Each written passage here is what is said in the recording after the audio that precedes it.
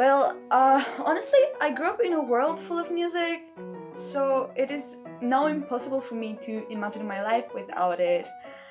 I have decided that music is what I want to do in my life, so yeah, it has a pretty important role in it. And also, I believe that life shouldn't revolve around music. Instead, music is what revolves around life.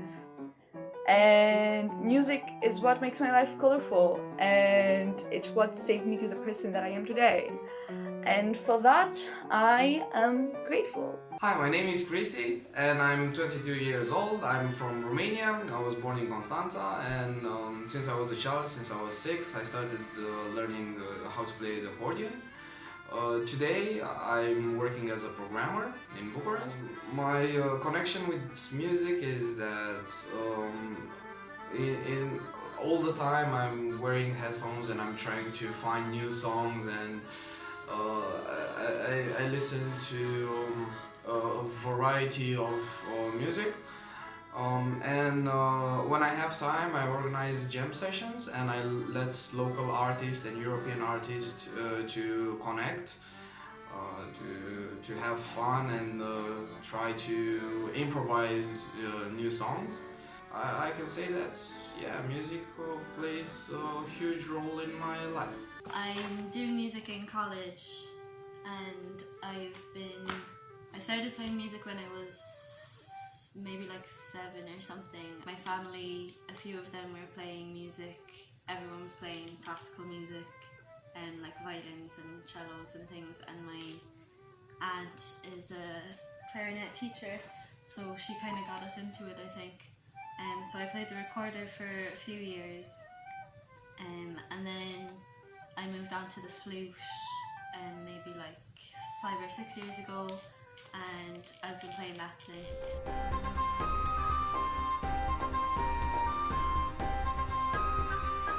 I feel like traditional Greek music is one of the largest parts of our tradition, and it is also what we use today when we want to embrace our traditional side. For example, when you go to weddings, when you go to celebrations, and people have like traditional music playing, it's because it's what we use when we want to feel more Greek. Music in Romania is very important.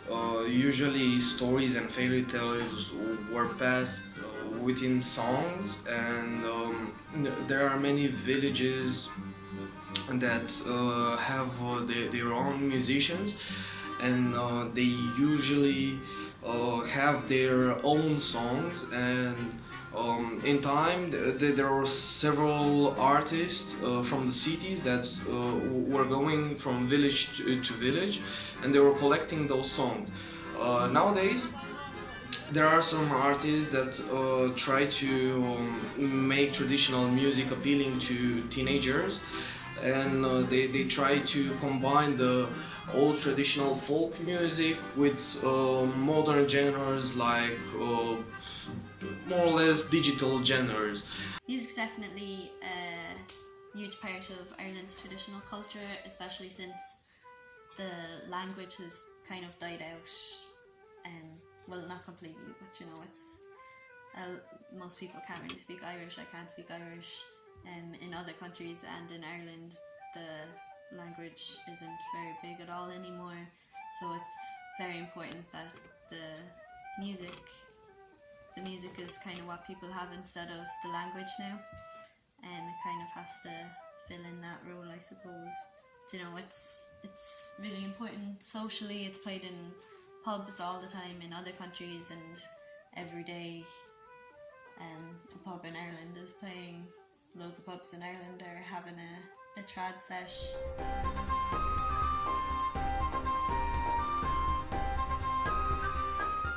I think it's the way that music makes a great amount of people experience the same emotions at the same time.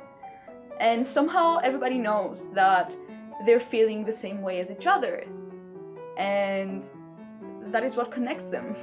I can tell that for artists that participate in jam sessions, they all the time they have this chemistry. They find a new way to communicate, and I think for normal listeners, being able to find somebody that likes gendered music as you do really helps to make some boundaries and helps to make new friends.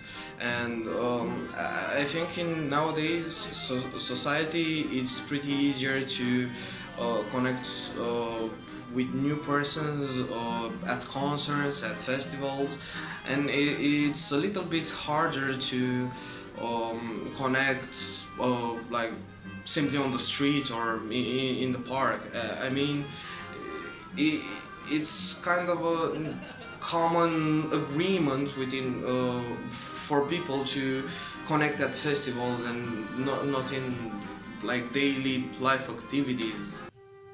But I suppose people who play music all connect over it. Like in college, all conversations pretty much are about music to each other because we all love it so much, and everyone's playing different genres and likes different bands and things, and it's good as well playing with people.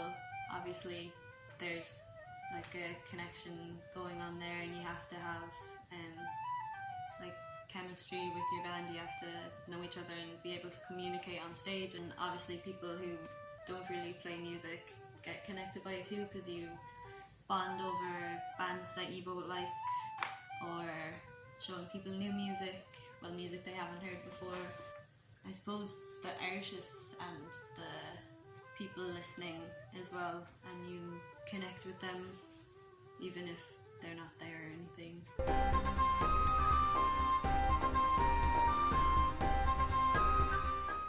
Yes, I do feel European, and actually I do believe that music also plays a role in this.